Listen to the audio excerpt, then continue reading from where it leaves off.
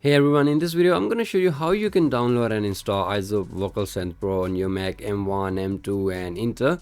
So I got my download from extraplugins.com.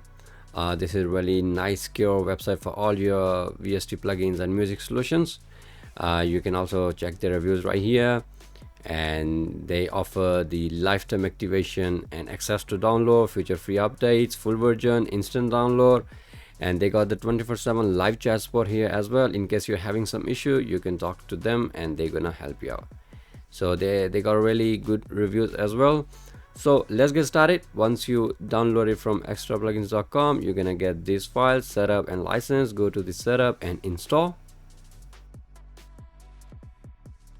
Alright, once it's done, you can go to the license folder and open the license folder. You're gonna get these three folders, drag and drop them into your desktop, and then head to go and then go to folder, then type /library and then go to audio plugins, and right here you need to go to the AU folder on the desktop and then drag and drop into the components and hit replace. Type your Mac password and hit OK. Do the same process for these two as well. Go to VST and drag and drop into VST folder, replace and type your password, hit OK, and the last one VST3 as well.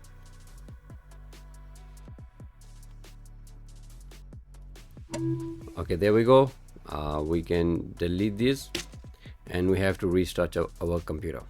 Alright, so after restarting your computer, you can actually start using the plugin. So I'm gonna try that in my DAW. Go to the AU, go to the iZotope, and we got the VocalSynth Pro here. Double click and open. There we go.